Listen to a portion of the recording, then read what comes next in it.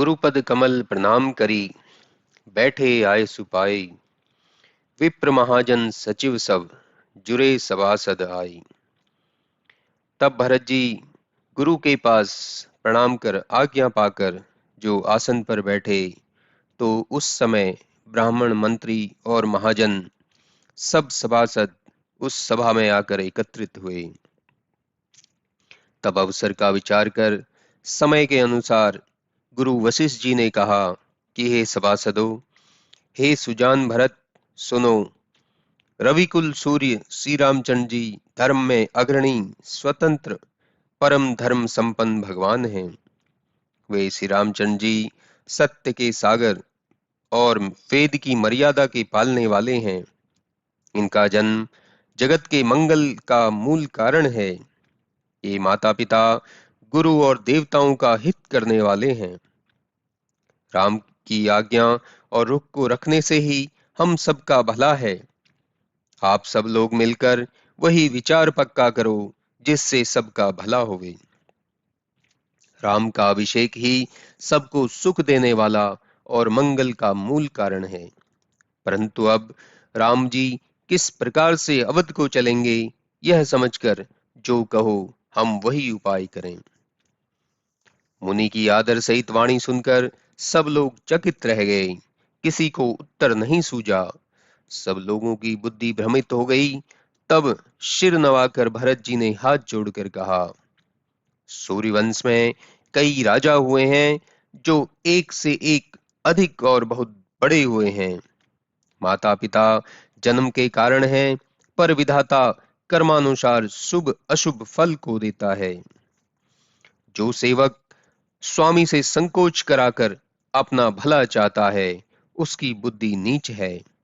सेवक का भला इसी में है कि वह अपने सब सुख के लोभ को त्याग कर निष्कपट भाव से स्वामी की सेवा करे। हे नाथ, आपके लौटने में ही सबका भला है और आपकी आज्ञा मानने में करोड़ों अच्छाइयां हैं। हे तात, यही स्वार्थ और परमार्थ का सार है और यही समस्त सुकृत का फल व सुगति श्रृंगार है। हे देव, मेरी एक प्रार्थना और सुनिए, फिर विचार कर जैसा उचित हो वैसा कीजिए। हम सब राज्याभिषेक की सामग्री सजा कर लाए हैं, सो जिस प्रकार आपका मन माने उसे सफल कीजिए। हे नाथ, या तो शत्रुघ्न के साथ मुझको वन में भेजकर सनाथ करिए, नहीं तो शत्रुघ्न और लक्ष्मण को अयोध्या में भेज दीजिए, और हे नाथ, मैं आपके साथ वन में चलूं।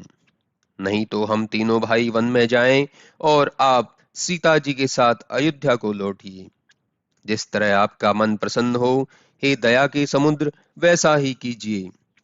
आप प्रसन्न चित्त हों, जिसे जो आज्ञा दें वह उसी को सिर पर चढ़ाकर करेगा। हे प्रभु, इसी में सब कलेश मिट जाएगा। भरत के ऐसे पवित्र वचन सुन देवता साधुवाद दे प्रसन्न हो फूल बरसाने लगे। अयोध्यावासी दुविधा में पड़ गए तथा तपस्वी और वनवासी मन में बड़े प्रसन्न हुए। उस समय राजा जनक के आने का समाचार सुना और सब लोग प्रेम मग्न हुए और श्री रामचंद्र जी सभा के साथ अपने आसन से बड़े संभ्रम के साथ उठ खड़े हुए। इधर जनक जी ने मुनि वृंद के चरणों में प्रणाम किया और इधर श्री राम जी ने ऋषियों को प्रणाम कर भाइयों के साथ राजा से मिल समाज सहित अपने आश्रम में लिवा ले गए। भरत जी और राम जी के प्रेम का स्मरण करते हुए, जो राम जी के चरणों का अनुरागी न हो, उसके समान अभागा कौन है। तब उनकी दशा देख और सबके मन की बात जानकर धर्म धुरधारी, राजनीति में कुशल, सत्य स्नेह शील और सुख के सागर, नीति और प्रीति के पालक श्री राम जी देश काल समय और समाज को देखकर सरस्वती के समान वाणी में बोले कि जो अंत में हित कर सुनने में चंद्रमा के अमृत समान थी। हे प्यारे भरत जी, आप धर्म धुरी को धारण करने वाले और लोक तथा वेद की विधि में परम प्रवीण हैं। हे प्यारे, कर्म वचन से विमल तुम्हारे समान तुम ही हो। गुरुजनों का समाज और खोटा समय, ऐसी स्थिति में छोटे भाई के गुणों का कैसे वर्णन किया जाए। हे तात, तुम सूर्य कुल की रीति को जानते हो, पिता की कीर्ति और प्रीति देख ही चुके हो।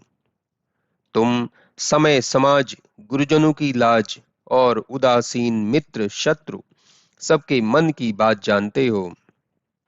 तुमको सभी का मर्म और अपना और मेरा परम हितकारी धर्म भी ज्ञात है। मुझे सब प्रकार तुम्हारा ही भरोसा है, तो भी समय अनुसार कहता हूँ।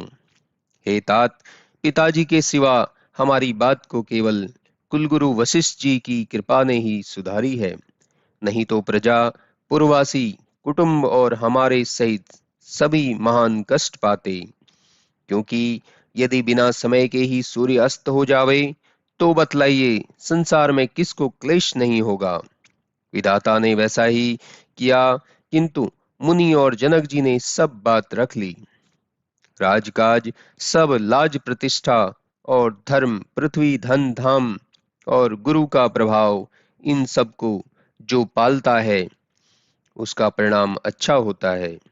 श्री गुरु जी का प्रभाव ही हमारा घर और वन में समाज समेत सबका रखवाला है। माता पिता, गुरु और स्वामी की आज्ञा का पालन करना ही सबका धर्म रूप भूमि के धारण करता शेष नाग हैं। सो वह तुम स्वयं पालन करो और मुझसे भी पालन कराओ। हे तात, सूर्यकुल के पालक बनो। यह एक ही साधना कीर्ति विभूति और सुगति तथा सब सिद्धियों को देने वाली है। सो इसका विचार करके भारी संकट सहकर भी प्रजा और परिवार को सुखी कीजिए। सेवक तो हाथ पांव और नेत्र के समान होना चाहिए और स्वामी मुख सा होना चाहिए। सुकवि प्रीति की रीति को सुनकर प्रशंसा करते हैं। भरत जी को इस बात से परम संतोष हुआ कि स्वामी के सामने होने पर दुख दोष नष्ट हो गए, मुख प्रसन्न हो गया, उनका शोक संताप वैसे ही मिट गया जैसे गूंगे पर सरस्वती की कृपा हो गई। प्रातःकाल स्नान करके सब समाज एक बार फिर एकत्रित हुआ। भरत जी, ब्राह्मण मंडली और राजा जनक सभी लोग उधर आए। सुजान भरत जी श्री राम जी का रुख देखकर प्रेम पूर्वक उठे और विशेष धैर्य धारण कर प्रणाम किया। तब हाथ जोड़कर कहने लगे, हे नाथ, आपने मेरी संपूर्ण अभिलाषाएं पूर्ण की। मेरे लिए सबने दुख सहा, आपने भी बहुत तरह से दुख पाया। हे स्वामी, अब मुझे आज्ञा दीजिए कि अवधि भर जाकर सेवा करूं। हे दया निधान, अब वह उपाय बतलाइए जिससे यह दास अवधि तक जीवित रहकर आपके चरणों को पुनः देखे। हे कौशलपाल, हे कृपालु, मुझे ऐसी ही शिक्षा दीजिए। तब भाई भरत के ऐसे दीन और छलहीन वचन को सुनकर दीन बंधु प्रवीण श्री रामचंद्र जी देश काल और समय के अनुसार यह वचन बोले। हे तात, तुम्हारी मेरी कुटुंब घर तथा वन की चिंता तो गुरुजी और राजा जनक को है। गुरुजी और जनक जी के होते हुए तुम्हें स्वप्न में भी क्लेश नहीं है। मेरा और तुम्हारा परम पुरुषार्थ स्वार्थ सुयश धर्म और परमार्थ इसी में है कि दोनों भाई पिता की आज्ञा का पालन करें।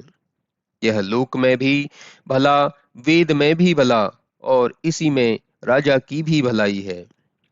गुरु पिता माता और स्वामी की शिक्षा का पालन करने से पैर नीचे नहीं पड़ता। ऐसा विचार कर सब सोच को त्याग कर अवधि भर जाकर अयोध्या का पालन करो। देश खजाना, नगर निवासियों और कुटुंब का दायित्व गुरु के चरणों पर है। मुनि जी, माता और मंत्रियों की शिक्षा को मानकर पृथ्वी, प्रजा और राजधानी का पालन करना। मुखिया मुख के समान होना चाहिए, जो खाने पीने के लिए एक ही हो और विवेकपूर्ण संपूर्ण अंगों का पालन पोषण करे। संपूर्ण राजधर्म इतना ही है कि जैसे मन में मनोरथ छिपे रहते हैं।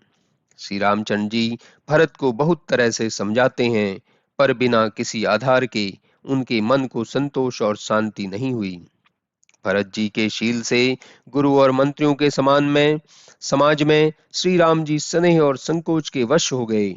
उन्होंने अपनी खड़ाऊ दी, भरत जी ने आदर पूर्वक उसे सिर पर धारण कर लिया। जब भरत जी प्रणाम करके चलने को विदा मांगे, तब श्री राम जी ने उनको छाती से लगा लिया। फिर भरत जी का रुख पाकर सेवक और मंत्री अपने अपने कामों में जा लगे। अयोध्या लौट चलना सुनकर दोनों समाज में बड़ा दुख हुआ और सब चलने की व्यवस्था करने लगे। इस प्रकार यथा योग्य प्रणाम करके श्री रामचंद्र जी ने सबको विदा किया और छोटे बड़े और मध्य आयु वाले सब लोगों को आदर पूर्वक कृपा निधान श्री रामचंद्र जी ने लौटा दिया।